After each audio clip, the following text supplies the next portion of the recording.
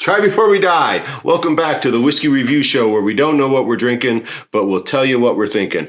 I'm Colin, and I'm here with my pal Mal, and we just want to say thanks to all the subscribers out there. We appreciate you, and we appreciate your comments. We love interacting with you, so keep it up, and we'll keep responding.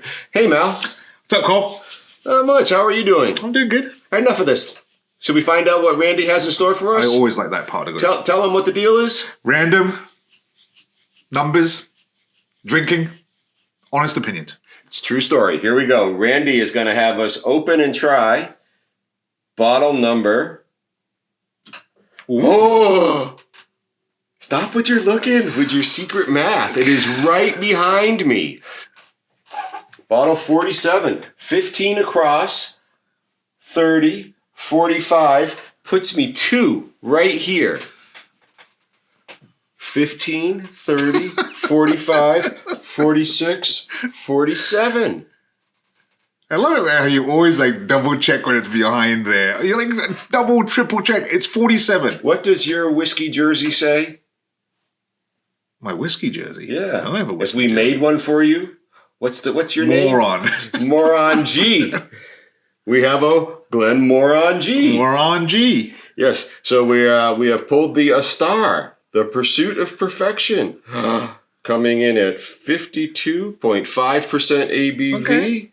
This is, I wonder if we can get a year. This is, oh my gosh, 105 proof, non-chill filtered. Let's get it open and we'll take a little bit more at the label. But the Glenmorangie Astar. And that's the old labeling. 47. So this isn't a regular release. Oh. I think we'll probably be able to demonstrate a limited release, a special release when we dig into the label a little bit more. But you're right. The labeling has changed for the Glenmorangies. I don't have one super handy. But anyway, it won't breathe until we open it.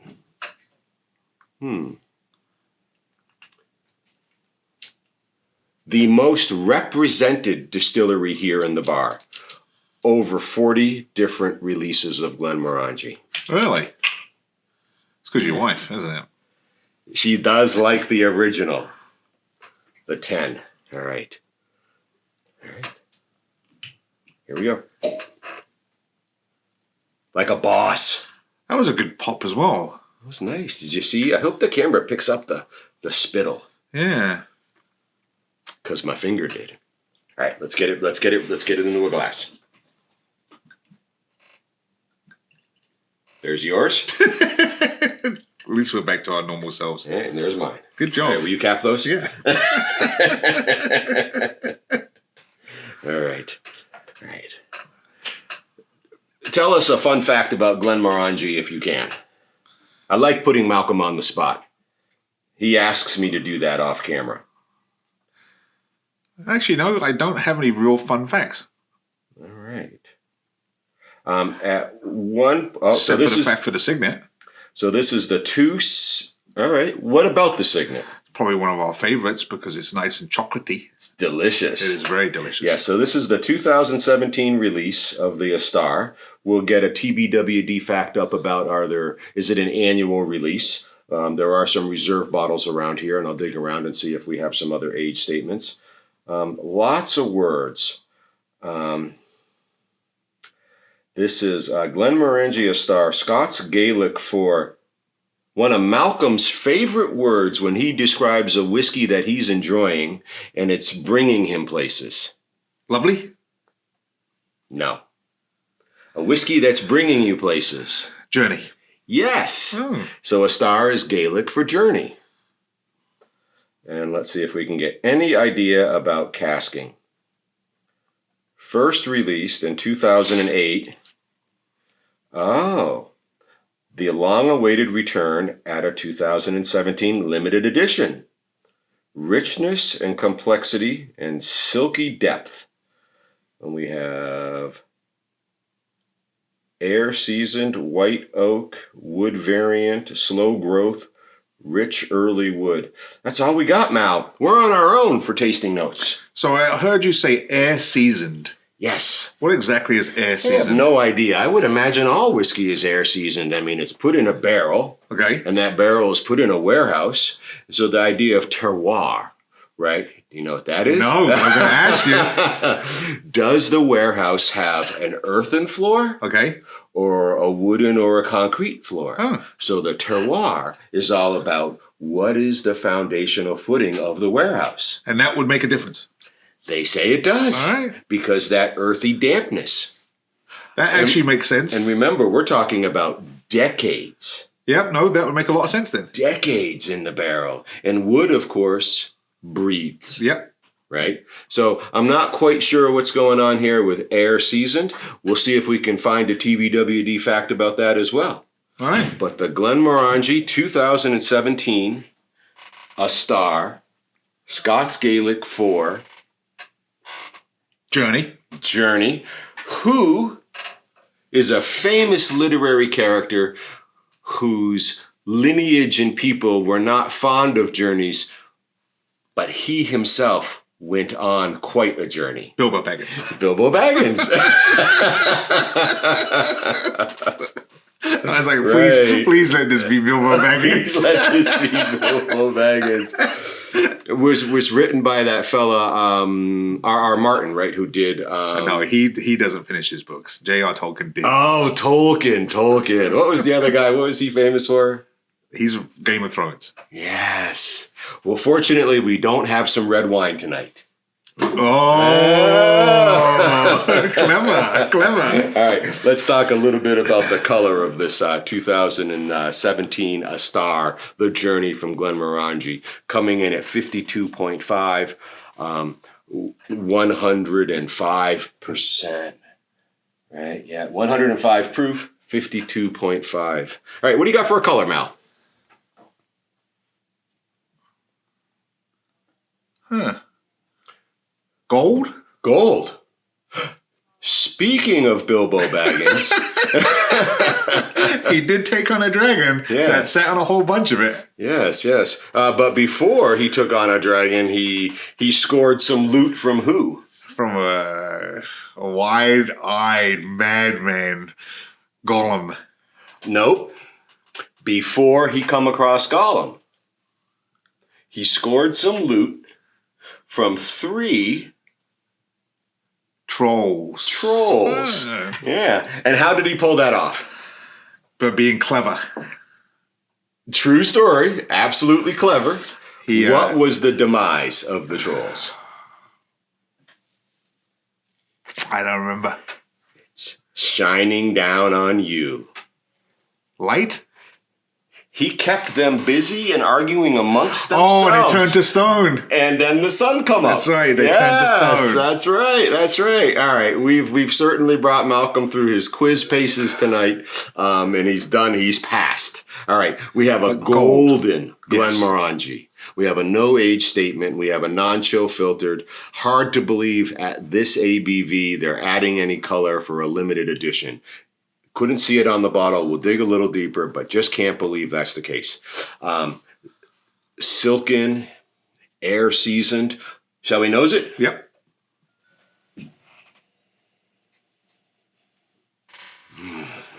Pleasant. Very vibrant. Like more so than we're used to doing the 10, the 12 also. This has got some very vibrant smell to it. Your first guess on the Gaelic was lively. It turned out to mean journey, but the nose is lively. Yes. One of the things that I'm not like, we're opening this bottle is I do have a couple more. So I'm absolutely going to be curious, how wonderful this is. I am a big fan of the Glenmorangies. I believe at one point, and perhaps still, the tallest stills in Scotland. There's something there. There's bourbon. Do you agree? My initial nosing seemed to be suggestive of a bourbon cask. Yeah, and maybe... It's fragrant. It's field. And I'm like... Raisin, something... I have something green happening. So you're going to go with more of an apple then, right? Well, I'm going to go with not a cut grass, but maybe a growing grass.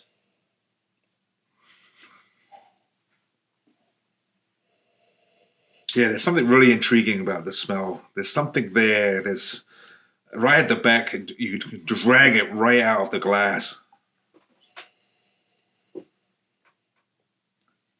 But I can't put my finger on it. But it definitely has that bourbon feel. Mm-hmm. Light vanilla notes, if anything. Newfound richness and complexity. Yes. Well, it is. This is so there are a number of releases. So this is a Dr. Bill release. So Glenmorangie's master behind a lot of their releases, or perhaps even all of their releases these days, is Dr. Bill. And he's gaining some fame for his Tale of Winter, a Tale of Cake, a Tale of Tokyo. Here's one more from Al. And the fourth release was a Tale of the, think of where Bilbo come across the trolls. He was in the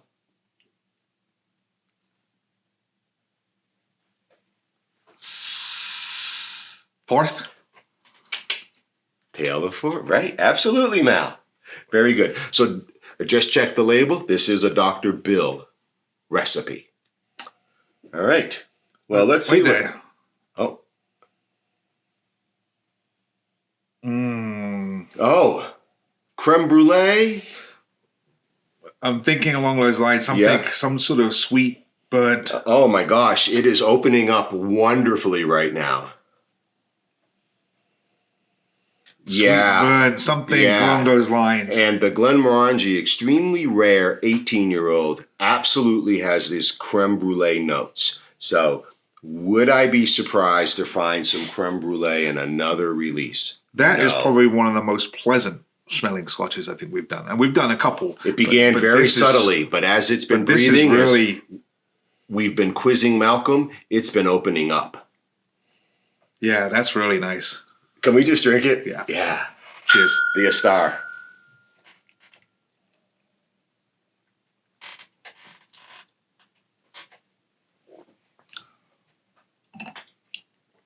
Oh my gosh, that tastes so good in my mouth. I'm going to focus on the front side right now. That tastes so good. That had wonderful mouthfeel. It spread out with even medium coating. It was dessert. It was sweet.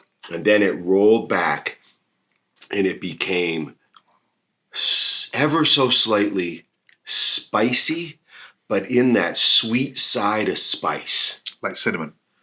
Like cinnamon. I can't really take or add to what you've just said.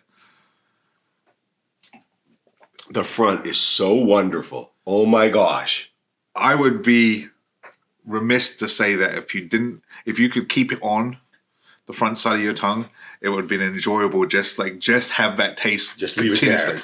Right. The end adds to the experience, but the front of this whiskey is so complementary to that wonderful nosing that Malcolm and I were experiencing as it opened up.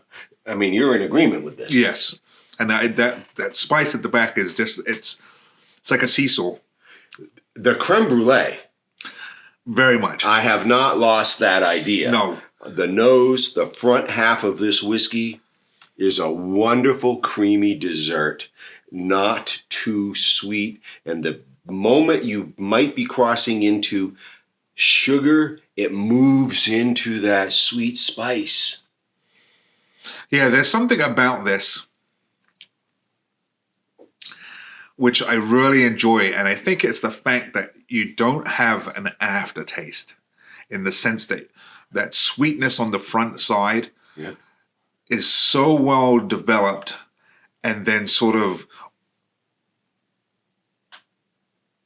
washed by the spiciness at the back that just mellows it out and allows you to just enjoy the whole palate. The finish for me, and I think Mal's talking about this, the finish for me is a return to the front. The spiciness fades out wonderfully doesn't reside in the chest, and what you're left with is that nosing and that front half in your mouth, and you've returned to that dessert, that creme brulee.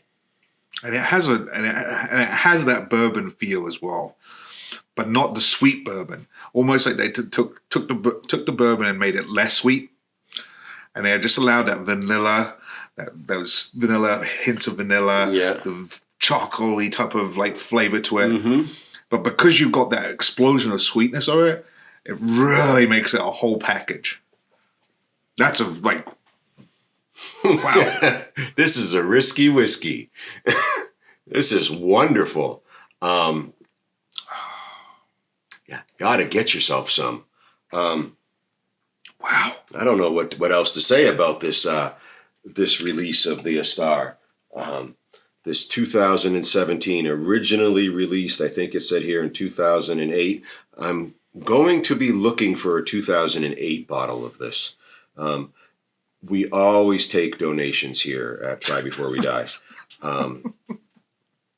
Unbelievable. Or very believable. And what I will say, and we've sometimes we miss this. This is a 52, right? 52.5.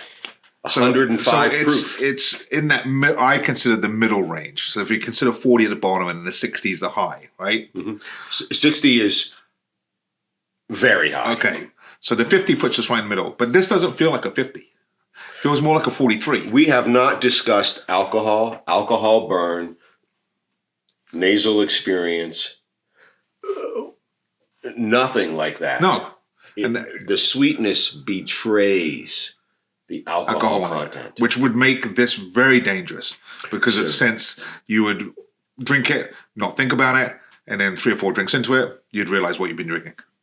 I think I mentioned a risky whiskey. but just to go back, this is such a well put together whiskey that again goes into and I will say it, and every season I'll bring it up. It amazes me that distillers can do this, because when I think of alcohol, I never think of different tastes, and you get these variations and where you put it, the front and the back. But what they do and how they do it, for us to be able to enjoy something this good and be like, wow, this is a great freaking drink. I think Mal just said we're lucky ducks. Oh, no. Yeah. It feels that way. Well, as we come to a close, another episode of Try Before We Die. And again, thanks to everybody who watches these episodes. Yes, thank you. This is a wonderful release from Glenmorangie. And you really should have a glass if you have an opportunity.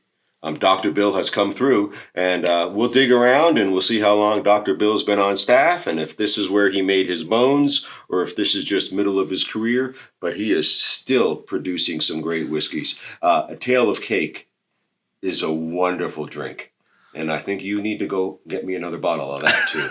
And just to go to that point, this has the hallmarks of the tales. It has that feel to it. Has that feel that was put together like a journey.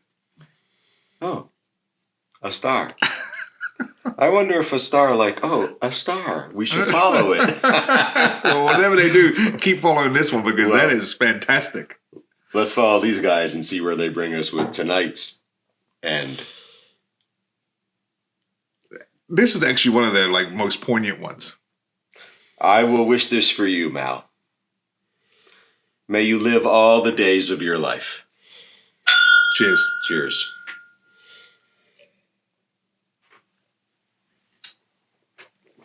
It's believable, but I just have to say this is unbelievable. This is a wonderful glass of whiskey.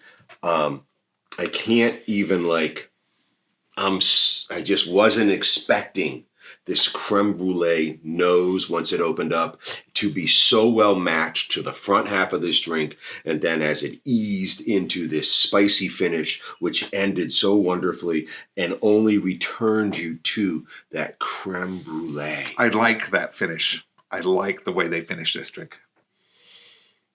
Wonderful. Fantastic.